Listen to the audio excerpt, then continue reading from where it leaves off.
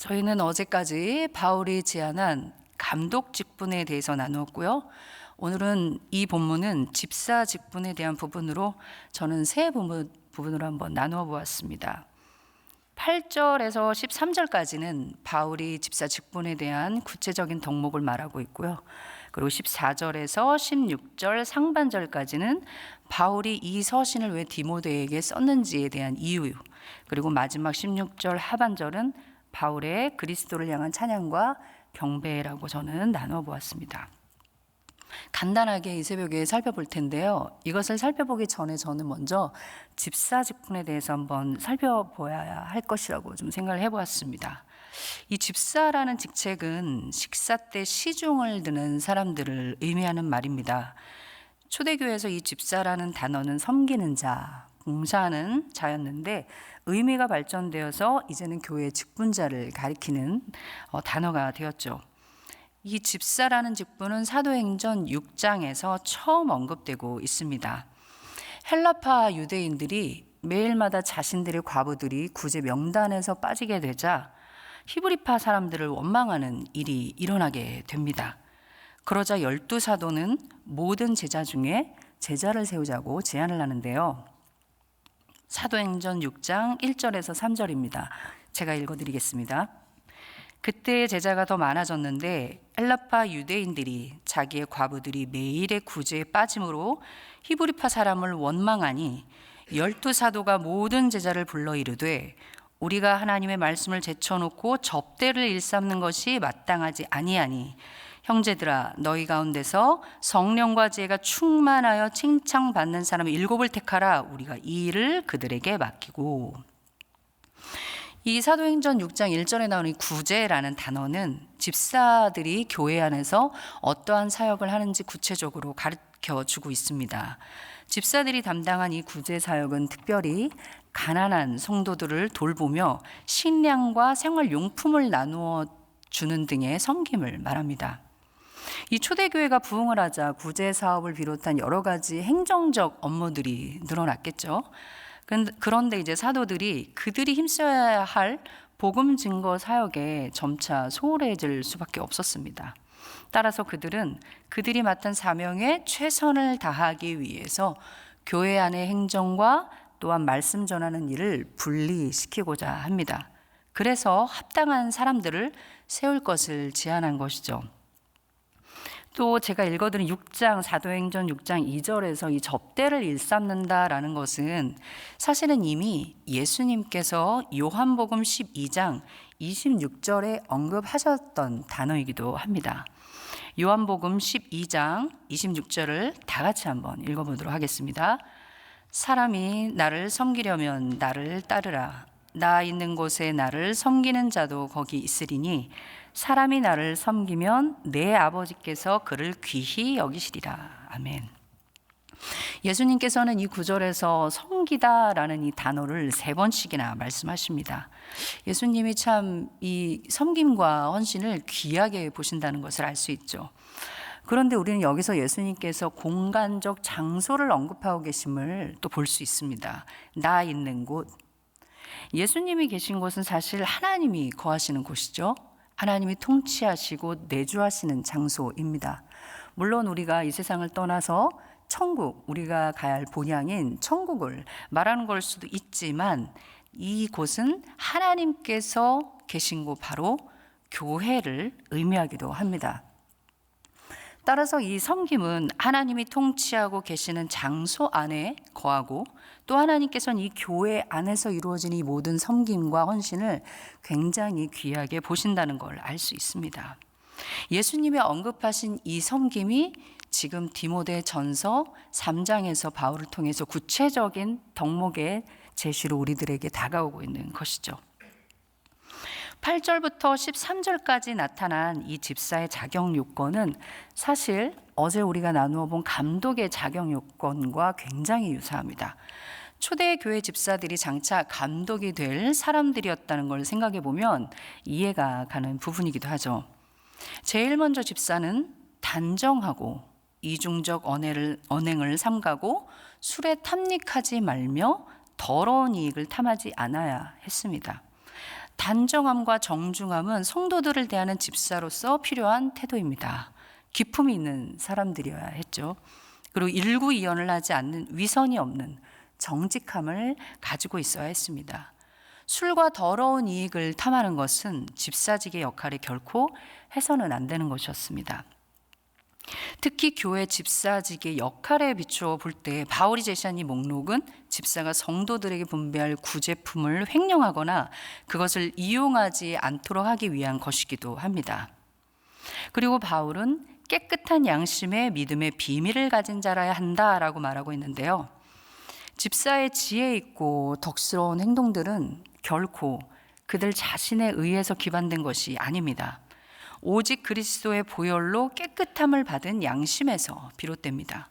성령을 통해 계시되는 그리스도의 구원, 바로 그 비밀을 가진 자가 하나님을 두려워할 줄 알고 그리스도에 대한 바른 지식을 소유한 사람이라고 할 수 있겠죠.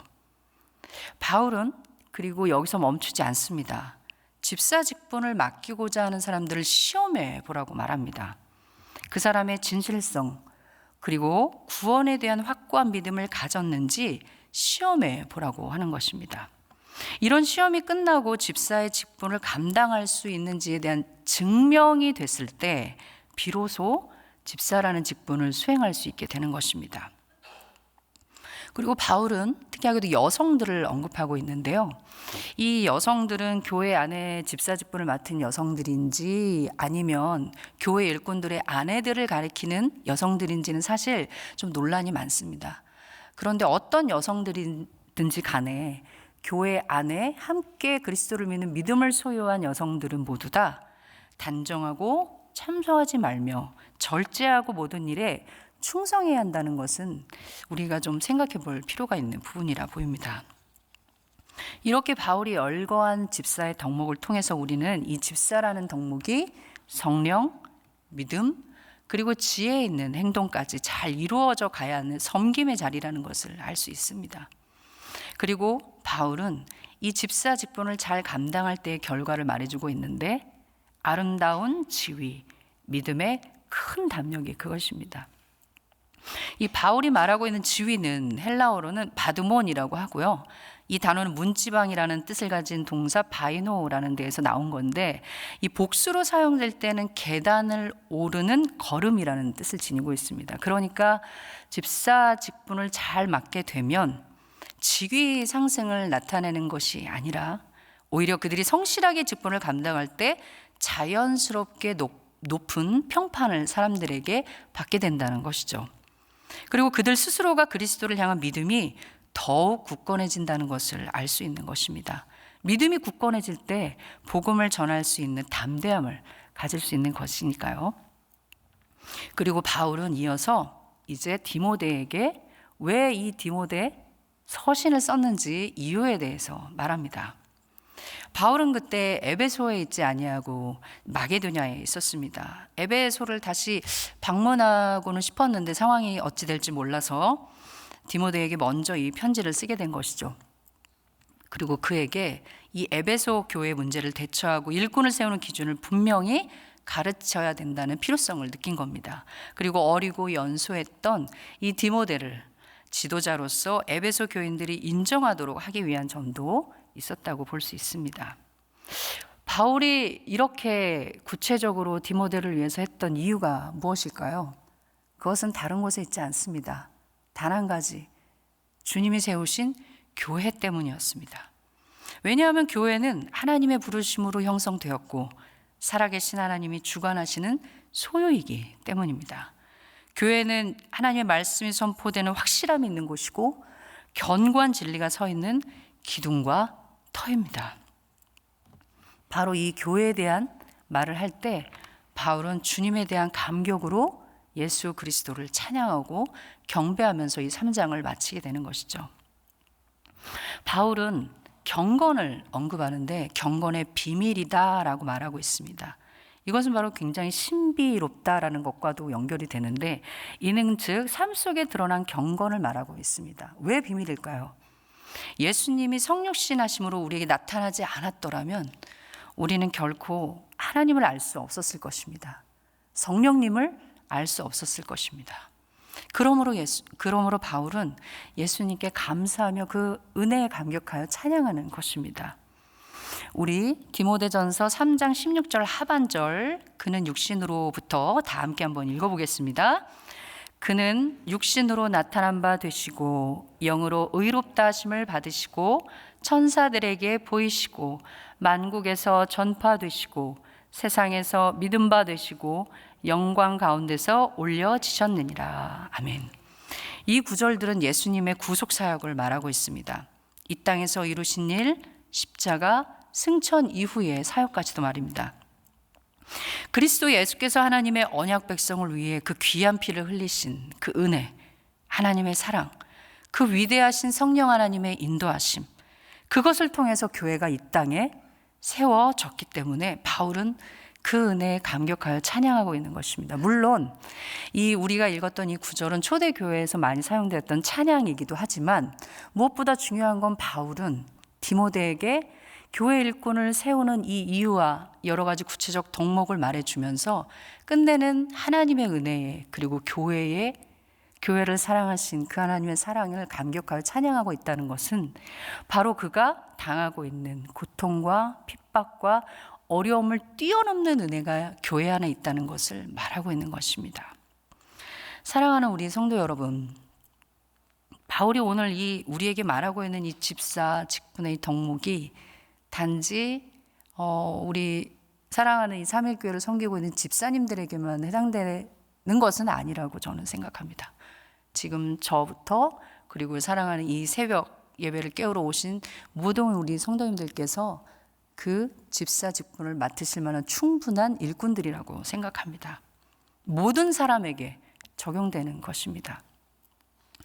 저는 이 본문을 묵상하고 준비할 때에 문장이 하나 생각났는데, 낮은 대로 임하소서라는 이 문장이 생각났습니다.